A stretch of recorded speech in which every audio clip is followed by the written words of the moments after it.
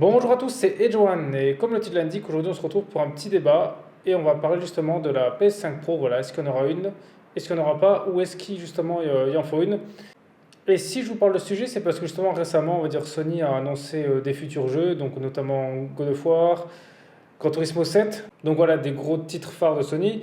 Et justement, on va voir ensemble pourquoi je vous parle de ça parce que pour moi c'est comme un peu décevant de ce qu'on a vu.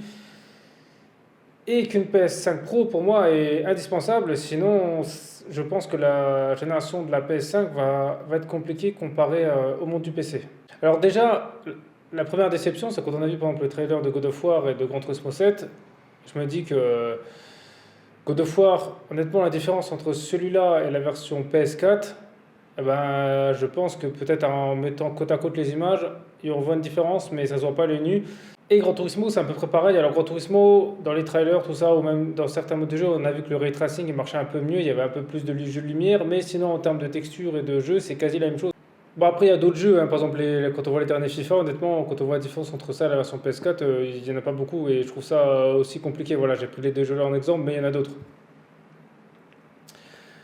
Donc, quand on voit ça, c'est quoi le problème? Parce qu'on va dire quand on a vu la génération de la PS4 comparé à la PS3, alors certes au début la différence n'était pas assez flagrante, mais il y en avait comme une, il y en avait comme une qu'on voyait quand même, je veux dire, il n'y a pas besoin de dire ça c'est un jeu PS3 ou PS4, on savait direct.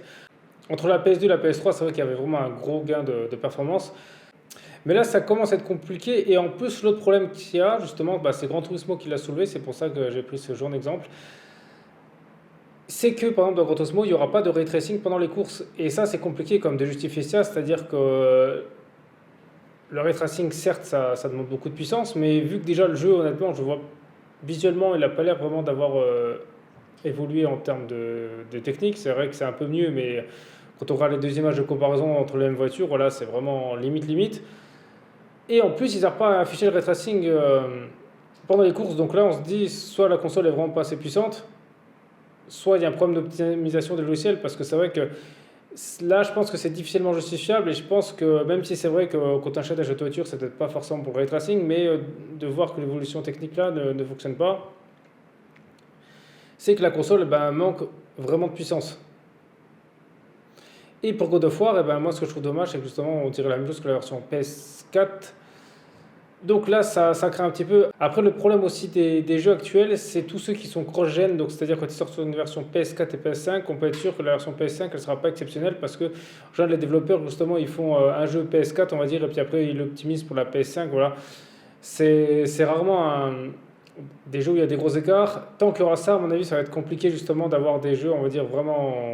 Et par exemple, les jeux qui sortent que sur PS5, là, c'est vrai que c'est compliqué de dire qu'ils ont, on va dire, ils ont essayé de faire un jeu qui marche sur toutes les consoles, alors qu'il n'y en a pour une seule.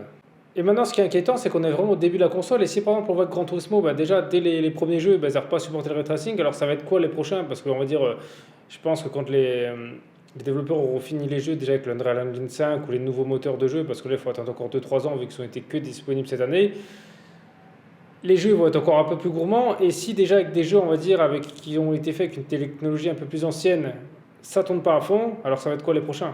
Et pour moi, le vrai problème qu'il y a eu avec cette génération de consoles, c'est qu'elle est pas assez puissante comparée au monde du PC, parce qu'on va dire elle a à peu près 10 teraflops de puissance, donc ça équivaut à peu près à une 2070 Super.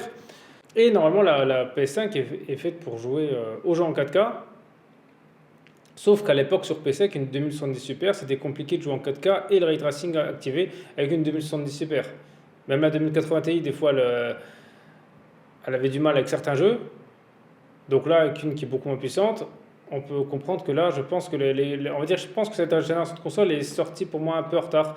Parce que là, quand on voit la différence de puissance entre cette console-là et et les cartes graphiques de maintenant, la différence est quand même énorme. Alors certes, les consoles de jeu, le problème qu'ils ont, c'est qu'ils doivent faire un prix contenu, mais je pense que s'ils veulent vraiment évoluer maintenant pour pouvoir à peu près faire jeu égal avec le monde du PC, il va falloir faire des consoles qui vont coûter beaucoup plus cher et à voir est-ce qu'ils vont trouver preneur. Parce que là, c'est d'ailleurs pour ça, justement, il y a des petites rumeurs sur la PS5 Pro qui sortirait peut-être aux alentours de 2023 et qui coûterait dans les plus de 700 euros. Mais pour moi, ce serait un prix normal, vu qu'on voit le prix justement des cartes graphiques. Il faudrait, c'est sûr que les consoles, ils ne peuvent pas faire quelque chose qui soit équivalent à un PC à peu près à 500 euros. C'est pas possible.